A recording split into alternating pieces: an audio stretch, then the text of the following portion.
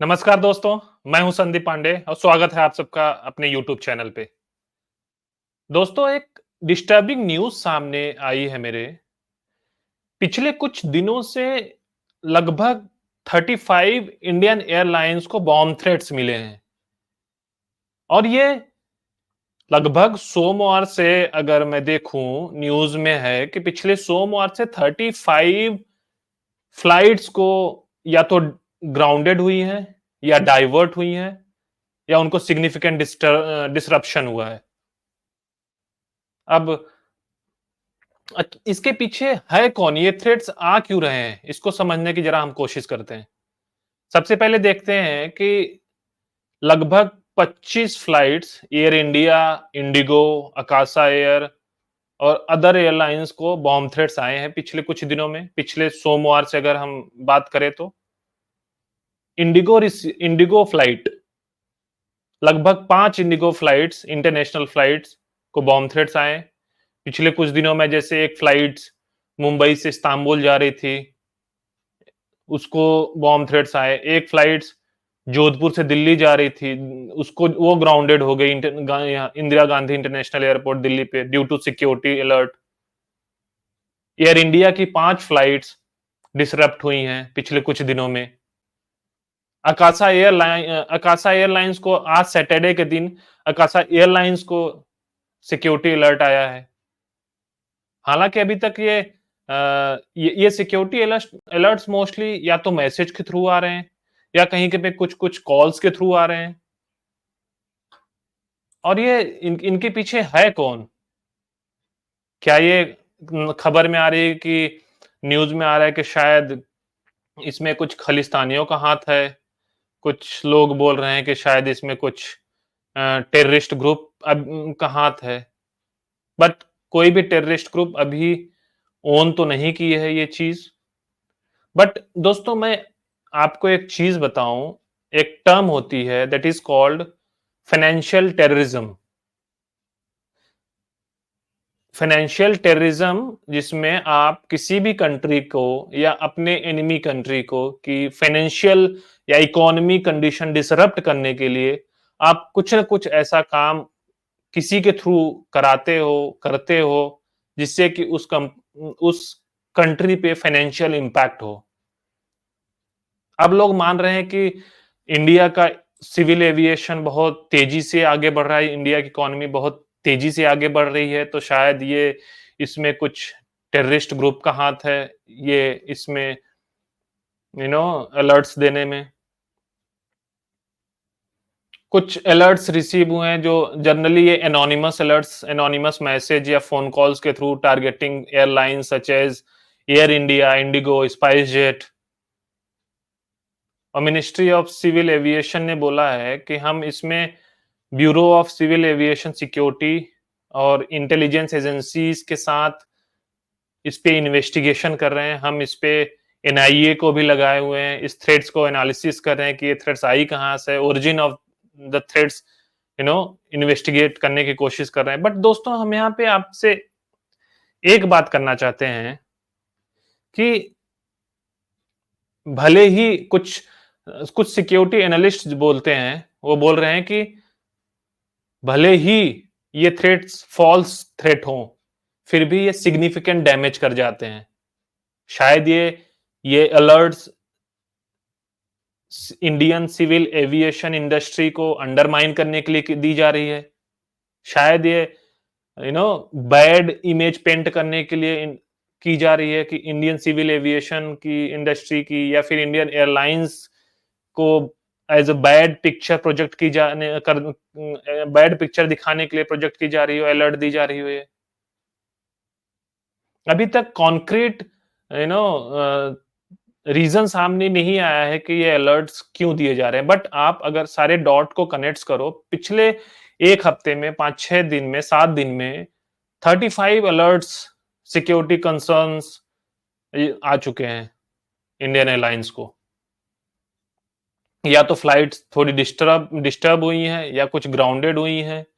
कुछ फ्लाइट्स जो है शिकागो जा रही थी, एक फ्लाइट्स वो कनाडा के रिमोट एरिया में उसको लैंड करना करना पड़ा ड्यू टू सिक्योरिटी अलर्ट। अब हाँ, जो मैं आपको बोला था, सिक्योरिटी एनालिस्ट बोल रहे हैं कि even if it is a false alert, it can cause a significant disruption and there is a concern that this could be part of a larger plot aimed at undermining India's aviation industry। जो मैं आपसे पहले ही बात कर रहा था, India के aviation industry को अंडरमाइन करने के लिए ये सब कराया जा रहा है या किया जा रहा है। इंडियन गवर्नमेंट हालांकि पब्लिक को अश्योर की है कि हम इसकी नेसेसरी प्रिकॉशंस हम ले रहे हैं, हम इस पे इन्वेस्टिगेशन कर रहे हैं और इंटेलिजेंस एजेंसी लगी हुई है इसको फाइंड आउट करने के लिए, वो origin of threats find out करने के लिए। और हम कोशिश कर रहे हैं कि कोई भी फ्लाइट कैंसिल ना हो या फ्लाइट डिलेड ना हो। बट जो मैंने आपसे बताया कि जो टर्म एक फाइनेंशियल टेररिज्म, इसमें लॉस तो हो रही है, लॉस इसमें इंडियन एयरलाइंस का हो रहा है। अगर इंडियन एयरलाइंस कहीं पे जर्नी या कहीं पे इन रूट है किसी डेस्टिनेशन पे, अगर कोई सिक्योरिटी अलर्ट्स आते हैं, थ्रेट्स आते हैं, तो उनको कहीं किसी और डेस्टिनेशन पे जाके लैंड करना पड़ता है या इमरजेंसी लैंडिंग करनी पड़ती है। तो वो जो फ्यूल बर्न होते हैं, जिस किसी अगर लेट्स सपोज जैसे 5 इंडिगो फ्लाइट्स को, इंटरनेशनल फ्लाइट्स को अलर्ट्स आए हैं, थ्रेट्स आए हैं। तो अगर उनको लेट्स सपोज इमरजेंसी लैंडिंग करनी पड़ी, तो जहाँ किसी कंट्री में जो लैंडिंग कराएँगे, वहाँ पे उस कंट्री को पे करेंगे। फ्यूल रिफ्यूल होगा, उसको पे करेंगे। फ्यूल जलेगा किसी और डेस्टिनेशन में जाने के लिए, किसी और एयरपोर्ट पे लैंड कराने के लिए, फिर वहाँ से टेक ऑफ करने के लिए जो जो सारा फ्यूल बर्न होगा, उसका कॉस्ट आएगा। तो ये सिस्टमैटिक प्लान्ड अटैक लग रहा है मुझे इंडियन सिविल एविएशन पे, इंडियन सिविल इंडस्ट्री पे, एविएशन इंडस्ट्री पे। और इसको गवर्नमेंट को बहुत सीरियसली लेना चाहिए इस थ्रेट को। और ये केवल मुझे जहाँ तक लगता है ये केवल एविएशन इंडस्ट्री तक सीमित नहीं है।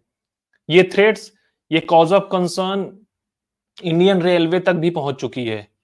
पिछले कुछ दिनों में न्यूज़ में, सोशल मीडिया पे देखा गया है कि अचानक से किसी रेलवे ट्रैक पे कुछ ऑब्स्टेकल आ जाते हैं, कुछ बड़े-बड़े पत्थर रख दिए जाते हैं या फिर बड़े-बड़े रॉड रख दिए जाते हैं ताकि कोई भी आने-जाने वाली ट्रेन डिरेल हो सके या कुछ लॉस हो सके। और ये एक इत्तेफाक सा नहीं लगता है। एक एक एक कॉन्स्पिरेसी, एक प्लान्ड सिस्टमैटिक प्लॉट लगता है कि इंडियन सिक्योरिटी, पब्लिक ट्रांसपोर्ट को डैमेज किया जाए या इंडियन पब्लिक ट्रांसपोर्ट को एक कॉज ऑफ कंसर्न एरिया में डाला जाए। अब जनरली इंडिया इतना बड़ा है, अगर आप इंडिया में ट्रेवल करोगे, तो आम पब्लिक जो मिडल क्लास फैमिली है, मिडल क्लास लोग हैं, वो मोस्टली ट्रेन के ही थ्रू ट्रेवल करते हैं। अब तो आई थिंक मोस्टली लोग फ्लाइट के भी थ्रू ट्रेवल करते हैं, बट जनरली लोग ट्रेन ट्रेन के through across the India travel करते हैं।